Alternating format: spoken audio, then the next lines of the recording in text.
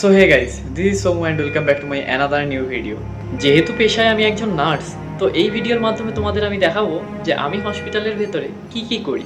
তো প্রথমে যেমন প্রত্যেকটা হসপিটাল বা অফিস আদালতে ঢুকেই তোমাকে পাঞ্চ ইন করতে হয়, মুখ দেখাতে হয় বা বায়োমেট্রিক পুট করতে হয়, তেমনি আমাদেরও সেই সেম জিনিসটা করতে হয়। তো আসার পরে চেঞ্জিং রুমে ড্রেস চেঞ্জ করার পরে আমাদের ডিপার্টমেন্টে ঢুকতে হয়, আর তারপরেই অ্যালোকেশন বুকে আমাদের অ্যালোকেশন চেক করতে হয়। তার মানে কত নম্বর বেডে কটা পেশেন্ট আমাদেরকে টেক কেয়ার করার জন্য দিয়েছে সেটাই দেখতে হয়। হ্যাঁ, তার সাথে কিছু চেকিংও থাকে, যেমন পেশেন্ট ধরনা হঠাৎ করে ক্র্যাশ, মানে ধরনা প্রচুর পরিমাণে সিক হয়ে গেল, তো তখন আমরা কোথা দিয়ে মেডিসিন নেবো বা কোথা দিয়ে জিনিসপত্র নেব পেশেন্টটাকে তাড়াতাড়ি করে বাঁচানোর জন্য। তো তার জন্য কিছু জিনিসপত্র আমাদের চেক করতে হয়, যেটাকে বলে স্টক বা মেডিসিন বা ক্র্যাশ কার্ড। এই জিনিসগুলোকে আগে থেকে চেক করে রাখতে হয়। এমার্জেন্সি সিচুয়েশনে এরাই হলো আমাদের এবং পেশেন্টের মেইন ভরসা।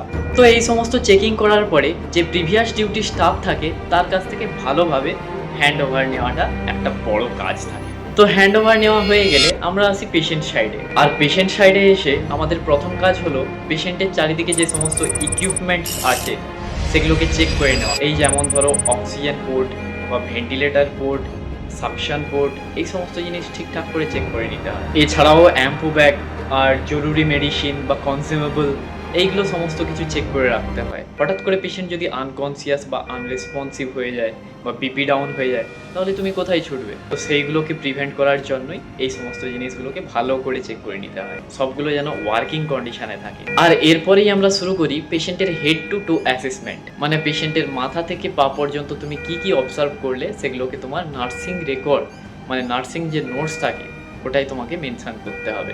এরপরে আমরা চেক করি পেশেন্টের ভাইটাল সায়েন্স, হার্ট রেট থেকে শুরু করে blood pressure, saturation, respiration, temperature, এই সমস্ত জিনিসগুলো মনিটর করার পরে আমরা সেটাকে ফ্লো শিটে মেনশন করি। এরপরে আমাদের অবজার্ভ করতে হয় পেশেন্টের নিউরোলজিক্যাল স্ট্যাটাস, মানে সে সঠিকভাবে হাত পা উঠাতে নামাতে পারছে কিনা, তার জিসিএস কি মানে গ্লাসগো কোমা স্কেল, সে রেসপন্স করছে নাকি আনরেসপন্সিভ নাকি ওরিয়েন্টেড ডিসওরিয়েন্টেড, এই জিনিসগুলো আমাদের দেখতে হয়। তার চোখের সাইজের পিউপিলসের সাইজ কত, সেই জিনিসগুলো দেখার পরে অবজার্ভ করার পরে আমাদের সেগুলোকে আবার ফ্লো শিটে মেনশন করতে হয়। এরপরে আমাদের নজরদারি রাখতে হয় পেশেন্টের খাবার দাবারের ওপর। পেশেন্ট যদি কনসিয়াস থাকে তাহলে তার জন্য খাবার অর্ডার করা, পেশেন্ট যদি আনকনসিয়াস থাকে তাদের জন্য বেডসাইডের ফিড থাকে, মানে প্রোটিন পাউডার থাকে, তাকে ডাইলিউট করে সেকারের মাধ্যমে ন্যাসোগ্যাস্ট্রিক টিউবের মাধ্যমে আবার তাকে ফিডিং করানো।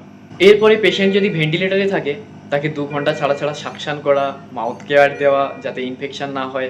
আর সাকশনটা তখনই করি যখন পেশেন্টের প্রচুর পরিমাণে স্পুটাম থাকে।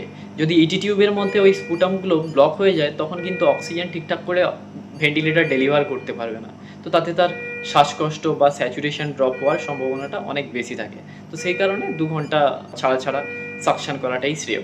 এরপরে আমাদের দেখতে হয় ব্লাড গ্যাস, এবিজি বা ভিবিজি, এছাড়া এক্স রে, ল্যাব ইনভেস্টিগেশন, যে সমস্ত ব্লাড স্যাম্পল কালেকশন করে আমরা ল্যাবে পাঠাই, সেগুলোর যখন রিপোর্ট আসে সেগুলো লিখে ডাক্তারকে দেখানো, এই জিনিসগুলো আমাদের করতে হয়। পেশেন্টের যদি হিমোগ্লোবিন লো থাকে তখন তাকে ব্লাড প্রোডাক্ট দেওয়া, এই সমস্ত জিনিসগুলো ডক্টরের সঙ্গে ক্রস চেক করিয়ে তারপরে আমরা দেওয়া শুরু করি।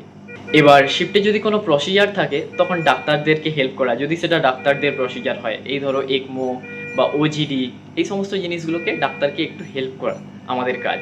আর যদি ফলিস ক্যাথেটার বা ক্যানুলেশন, এই সমস্ত জিনিসগুলো হয় তখন কিন্তু আমরা নিজেরাই ওই জিনিসটা পারফর্ম করি। তো সমস্ত কিছু শেষ করার পরে এরপরে আসে শিফট হ্যান্ড ওভারের পালা, সবচেয়ে খুশির সময়।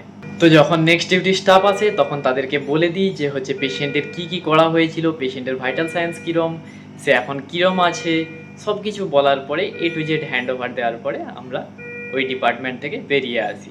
আর শুধু বেরিয়ে গেলে তো হবে না, সাথে পাঞ্চ আউটটা করেই বেরোতে হয়, না হলে মাসের শেষে ব্যাংক ব্যালেন্সটা।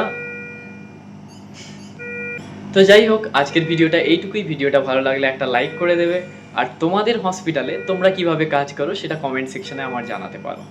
Bye bye.